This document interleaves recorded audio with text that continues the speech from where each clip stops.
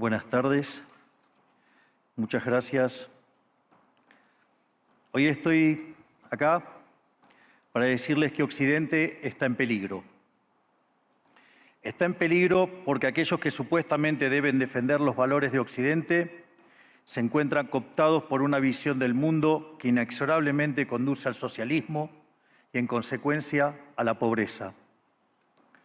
Lamentablemente, en las últimas décadas, motivados por algunos deseos bien pensantes de querer ayudar al prójimo y otros por el deseo de pertenecer a una casta privilegiada, los principales líderes del mundo occidental han abandonado el modelo de la libertad por distintas versiones de lo que llamamos colectivismo.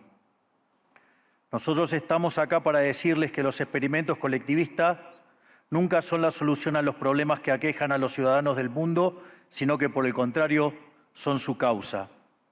Créanme, nadie mejor que nosotros los argentinos para dar testimonios de estas dos cuestiones. Cuando adoptamos el modelo de la libertad, allá por el año 1860, en 35 años nos convertimos en la primer potencia mundial, mientras que cuando abrazamos el colectivismo, a lo largo de los últimos 100 años, vimos cómo nuestros ciudadanos comenzaron a empobrecerse sistemáticamente hasta caer en el puesto número 140 del mundo. Pero antes de poder dar esta discusión, sería importante que primero viéramos los datos que sustentan por qué el capitalismo de libre empresa no solo es un sistema posible para terminar con la pobreza del mundo, sino que es el único sistema moralmente deseable para lograrlo. Si consideramos la historia del progreso económico, podemos ver cómo desde el año 0 hasta el año 1800 aproximadamente, el PBI per cápita del mundo prácticamente se mantuvo constante durante todo el periodo de referencia. Si uno mira un gráfico de la evolución del crecimiento económico a lo largo de la historia de la humanidad, uno estaría viendo un gráfico con la forma de un palo de hockey, una función exponencial que se mantuvo constante durante el 90% del tiempo y se dispara exponencialmente a partir del siglo XIX. La única excepción a esta historia de estancamiento se dio a finales del siglo XV con el descubrimiento de América. Pero salvando esta excepción, a lo largo de todo el periodo entre el año 0 y el año 1800, el PBI per cápita a nivel global se mantuvo estancado. Ahora bien, no solo que el capitalismo generó una explosión de riqueza desde el momento que se adoptó como sistema económico, sino que, si uno analiza los datos, lo que se observa es que el crecimiento se viene acelerando a lo largo de todo el periodo. Durante todo el periodo comprendido entre el año 0 y el 1800, la tasa de crecimiento del PBI per cápita se mantuvo estable en torno al 0,02% anual, es decir, prácticamente sin crecimiento. A partir del siglo XIX, con la Revolución Industrial, la tasa de crecimiento pasa al 0,66%. A ese ritmo, para duplicar el PBI per cápita, se necesitarían crecer durante 107 años. Ahora bien, si observamos el periodo entre 1900 y 1950, la tasa de crecimiento se acelera al 1,66% anual. Ya no necesitamos 107 años para duplicar el PBI per cápita, sino 66. Y si tomamos el periodo comprendido entre 1950 y el año 2000, vemos que la tasa de crecimiento fue de 2,1% anual, lo que derivaría en que en solo 33 años podríamos duplicar el PBI per cápita del mundo. Esta tendencia, lejos de detenerse, se mantiene viva aún hoy. Si tomamos el periodo entre el año 2000 y el 2023, la tasa de crecimiento volvió a acelerar el 3% anual, lo que implica que podríamos duplicar nuestro PBI per cápita en el mundo en tan solo 23 años. Ahora bien, cuando se estudia el PBI per cápita desde el año 1800 al día de hoy, lo que se observa es que luego de la revolución industrial, el PBI per cápita mundial se multiplicó por más de 15 veces, generando una explosión de riqueza que sacó de la pobreza al 90% de la población mundial. No debemos olvidar nunca que para el año 1800, cerca del 95% de la población mundial vivía en la pobreza más extrema, mientras que ese número cayó al 5% para el año 2020, previo a la pandemia. La conclusión es obvia. Lejos de ser la causa de nuestros problemas, el capitalismo de libre empresa como sistema económico es la única herramienta que tenemos para terminar con el hambre, la pobreza y la indigencia a lo largo y a lo ancho de todo el planeta. La evidencia empírica es incuestionable.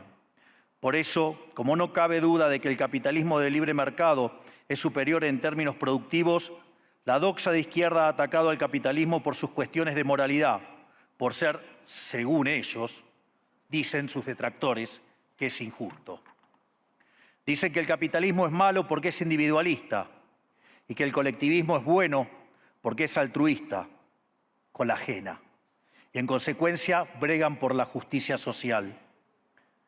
Pero este concepto que en el primer mundo se ha puesto de moda en la última época, en mi país es una constante del discurso político desde hace más de 80 años.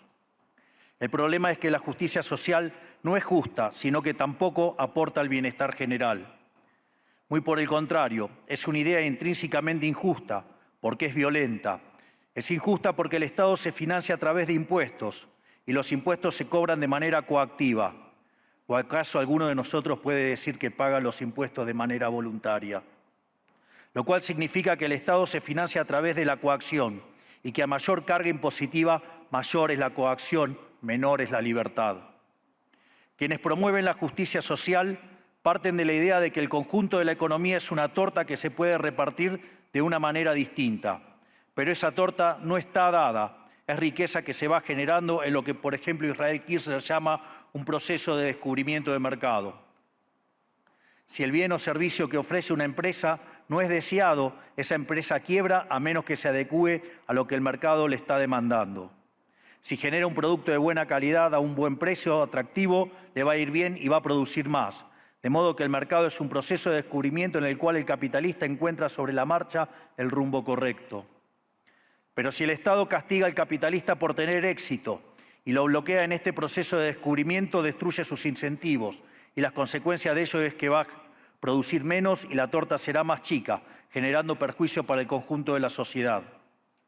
El colectivismo, al inhibir estos procesos de descubrimiento y al dificultar la apropiación de lo descubierto, ata al emprendedor de las manos y le imposibilita producir mejores bienes y ofrecer mejores servicios a un mejor precio.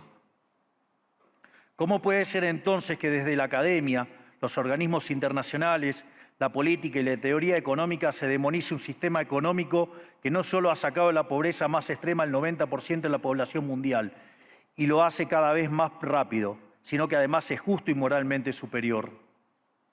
Gracias al capitalismo de libre empresa, hoy el mundo se encuentra en su mejor momento. No hubo nunca en toda la historia de la humanidad un momento de mayor prosperidad que el que vivimos hoy. El mundo de hoy es más libre, más rico, más pacífico y más próspero que en cualquier otro momento de nuestra historia.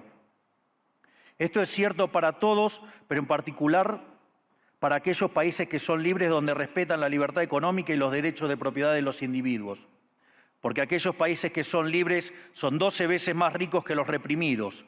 El decil más bajo de la distribución de los países libres vive mejor que el 90% de la población de los países reprimidos. Tiene 25 veces menos cantidad de pobres en el formato estándar y 50 veces menos en el formato extremo. Y por si eso fuera poco, los ciudadanos de los países libres viven un 25% más que los ciudadanos de los países reprimidos. Ahora bien, para entender qué venimos a defender, es importante definir de a qué hablamos nosotros cuando hablamos de libertarismo.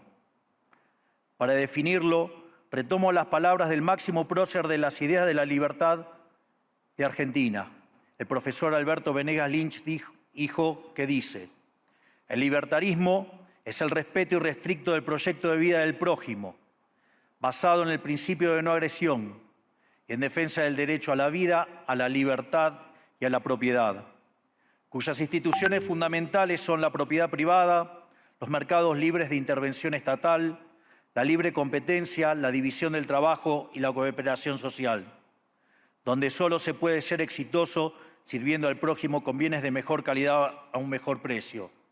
Dicho de otro modo, el capitalista, el empresario exitoso, es un benefactor social que, lejos de apropiarse de la riqueza ajena, contribuye al bienestar general.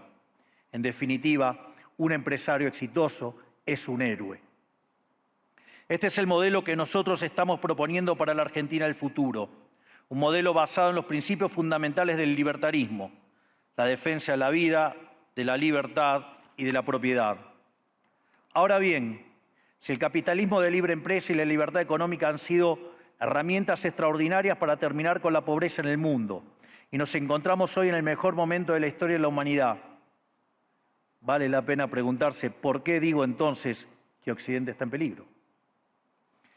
Digo que Occidente está en peligro justamente porque en aquellos países que deberíamos defender los valores del libre mercado, la propiedad privada y las demás instituciones del libertarismo, sectores del establishment político y económico, algunos por errores en su marco teórico y otros por ambición de poder, están socavando los fundamentos del libertarismo, abriéndole las puertas al socialismo y condenándonos potencialmente a la pobreza, a la miseria y el estancamiento.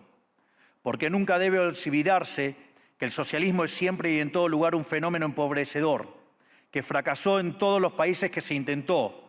Fue un fracaso en lo económico, fue un fracaso en lo social, fue un fracaso en lo cultural y además asesinó a más de 100 millones de seres humanos. El problema esencial de Occidente hoy es que no solo debemos enfrentarnos a quienes, aún luego de la caída del muro y la evidencia empírica abrumadora, siguen bregando por el socialismo empobrecedor, sino también a nuestros propios líderes, pensadores y académicos que, amparados en un marco teórico equivocado, socavan los fundamentos del sistema que nos ha dado la mayor expansión de riqueza y prosperidad de nuestra historia. El marco teórico al que me refiero es el de la teoría económica neoclásica, que diseña un instrumental que, sin quererlo, termina haciendo funcional la intromisión del Estado, el socialismo y la degradación de la sociedad. El problema de los neoclásicos es que, como el modelo del que se enamoraron no mapea contra la realidad, atribuyen el error al supuesto fallo del mercado, en vez de revisar las premisas de su modelo. Sobre pretexto de un supuesto fallo de mercado, se introducen regulaciones que lo único que generan es distorsiones en el sistema de precios que impiden el cálculo económico y, en consecuencia, el ahorro, la inversión y el crecimiento. Este problema radica esencialmente en que ni siquiera los economistas supuestamente libertarios comprenden qué es el mercado, ya que si se comprendiera, se vería rápidamente que es imposible que exista algo así como un fallo de mercado. El mercado no es una mera descripción gráfica de una curva de oferta y otra de demanda en un gráfico. El mercado es un mecanismo de cooperación social donde se intercambian voluntariamente derechos de propiedad. Por lo tanto, dada esta definición, hablar de fallo de mercado es un oxímoron. No existe el fallo de mercados. Si las transacciones son voluntarias, el único contexto en el que puede haber un fallo de mercado es si hay coacción. Y el único con la capacidad de coaccionar de manera generalizada es el Estado, que tiene el monopolio de la violencia. En consecuencia, si alguien considera que hay un fallo de mercado, les recomendaría que revisen si hay intervención estatal en el medio. Y si encuentran que no hay intervención estatal en el medio, les sugiero que hagan de nuevo el análisis porque definitivamente está mal. Los fallos de mercado no existen. Un ejemplo de los supuestos fallos de mercado que describen los neoclásicos son las estructuras concentradas de la economía. Sin embargo, sin funciones que presenten rendimientos crecientes a escala, cuya contrapartida son las estructuras concentradas de la economía, no podríamos explicar el crecimiento económico desde el año 1800 hasta hoy. Fíjense qué interesante. Desde el año 1800 en adelante, con la población multiplicándose más de 8 o 9 veces, el producto per cápita creció más de 15 veces. Es decir, existen rendimientos crecientes. Eso llevó la pobreza extrema del 95% al 5%. Sin embargo, esas presencias de rendimientos crecientes implican estructuras concentradas, lo que se llamaría, por ejemplo, un monopolio.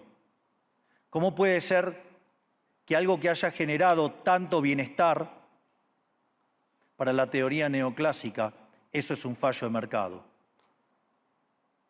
Economistas neoclásicos, salgan de la caja. Cuando el modelo falla, no hay que enojarse con la realidad, hay que enojarse con el modelo y cambiarlo. El dilema que enfrenta el modelo neoclásico es que dicen querer perfeccionar el funcionamiento del mercado atacando lo que ellos consideran fallos, pero al hacerlo no solo abren las puertas del socialismo, sino que atentan contra el crecimiento económico. Ejemplo, regular monopolios, destruirle las ganancias y destrozar los rendimientos crecientes, automáticamente destruiría el crecimiento económico. Dicho de otro modo, cada vez que ustedes quieran hacer una corrección de un supuesto fallo de mercado, inexorablemente, por desconocer lo que es el mercado o por haberse enamorado de un modelo fallido, están abriendo las puertas al socialismo y están condenando a la gente a la pobreza. Sin embargo, frente a la demostración teórica de que la intervención del Estado es perjudicial y la evidencia empírica de que fracasó porque no podía ser de otra manera, la solución que propondrán los colectivistas no es mayor libertad, sino que es mayor regulación, generando una espiral descendente de regulaciones hasta que todos seamos más pobres y a la vida de todos nosotros dependa de un burócrata sentado en una oficina de lujo. Dado el estrepitoso fracaso de los modelos colectivistas y los innegables avances del mundo libre, los socialistas se vieron forzados a cambiar su agenda. Dejaron atrás la lucha de clases basada en el sistema económico para reemplazarla por otros supuestos conflictos sociales igual de nocivos para la vida en comunidad y para el crecimiento económico. La primera de estas nuevas batallas fue la pelea ridícula y antinatural entre el hombre y la mujer. El libertarismo ya establece la igualdad entre los sexos. La piedra fundacional de nuestro credo dice que todos los hombres somos creados iguales, que todos tenemos los mismos derechos inalienables otorgados por el Creador, entre los que se encuentran la vida, la libertad y la propiedad. En lo único que devino esta agenda del feminismo radical es en mayor intervención del Estado para entorpecer el proceso económico, darle trabajo a burócratas que no le aportaron nada a la sociedad, sea en formato de ministerios de la mujer o organismos internacionales dedicados a promover esta agenda. Otro de los conflictos que los socialistas plantean es del hombre contra la naturaleza. Sostienen que los seres humanos dañamos el planeta y que debe ser protegido a toda costa, incluso llegando a abogar por mecanismos de control poblacional o en la agenda sangrienta del aborto. Lamentablemente, estas ideas nocivas han pregnado fuertemente en nuestra sociedad. Los neomarxistas han sabido cooptar el sentido común de Occidente. Lograron esto gracias a la apropiación de los medios de comunicación, de la cultura, de las universidades y sí, también de los organismos internacionales. Este último caso es el más grave, tal vez, porque se trata de instituciones que tienen enorme influencia en las decisiones políticas y económicas de los países que integran esos organismos multilaterales. Por suerte, somos cada vez más los que nos atrevemos a levantar la voz, porque vemos que si no combatimos frontalmente estas ideas, el único destino posible es que cada vez vamos a tener más Estado, más regulación, más socialismo, más pobreza, menos libertad y, en consecuencia, peor nivel de vida. Occidente, lamentablemente, ya comenzó a transitar este camino. Sé que a muchos les puede sonar ridículo plantear que Occidente se ha volcado al socialismo, pero solo es ridículo en la medida que uno se restringe a la definición económica tradicional del socialismo, que establece que es un sistema económico donde el Estado es el dueño de los medios de producción. Esta definición debería ser, desde mi punto de vista, actualizada a las circunstancias presentes. Hoy los Estados no necesitan controlar directamente los medios de producción para controlar cada aspecto de la vida de los individuos.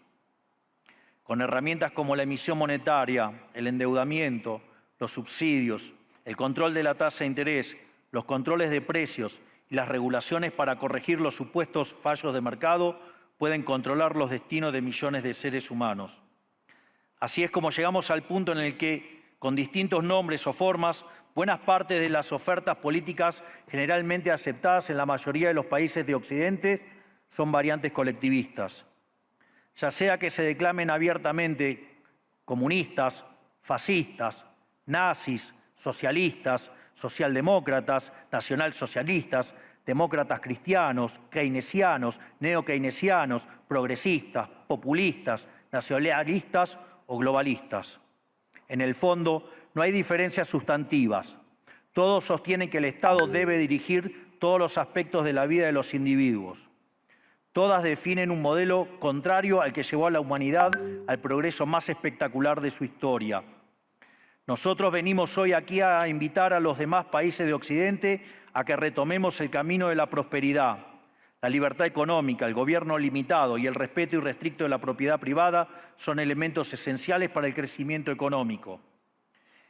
Este fenómeno de empobrecimiento que produce el colectivismo no es una fantasía, ni tampoco fatalismo.